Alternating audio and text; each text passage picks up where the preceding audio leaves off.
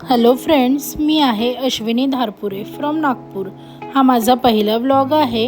बऱ्याच दिवसांपासून व्लॉगिंग करायची इच्छा होती, पण आजपासून खरंच सुरू करत आहे। या चॅनेलवरती माझ्या लाईफमधील अनेक गोष्टी तुम्हाला बघायला मिळणार आहे। मला फिरायला आणि नवीन ठिकाण बघायला खूप आवडतात। श्रावण महिन्यात शिवजीचे दर्शन घेऊन या नवीन प्रवासाला सुरुवात करण्यापेक्षा सुंदर गोष्ट दुसरी कोणतीच नाही।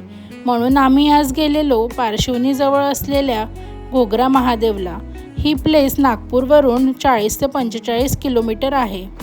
आम्ही पोहोचलो, गाडी पार्क केली आणि मग मंदिराकडे जाण्यासाठी इथनं थोडं पायी चालत जावं लागतं।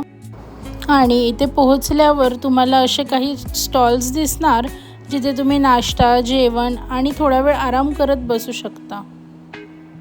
इथे तुम्ही बैलगाडीची राईड पण करू शकता आणि समोरच मंदिर पण आहे। पाण्यातनं आपल्याला मंदिरात जावं लागतं। अवीर एवढा एक्सायटेड होता की तो आधीच जाऊन आमची वाट बघत तिथे उभा होता।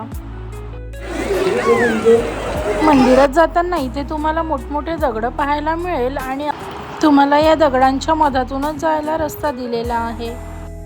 असं म्हणतात की पावसाळ्यामध्ये या दगडांमधूनच पाणी वाहत असते, त्यामुळे या दगडांना असा आकार आलेला आहे। नंतर आम्ही आमचा फेवरेट कच्चा चिवडा एन्जॉय केला। दोघे पण अविरविधा पाण्यात ओले व्हायला गेले। पाणी बघितलं की ते थांबूच शकत नाही। पाण्यात ओलं व्हायला, एन्जॉय करायला त्यांना खूप जास्त आवडतं।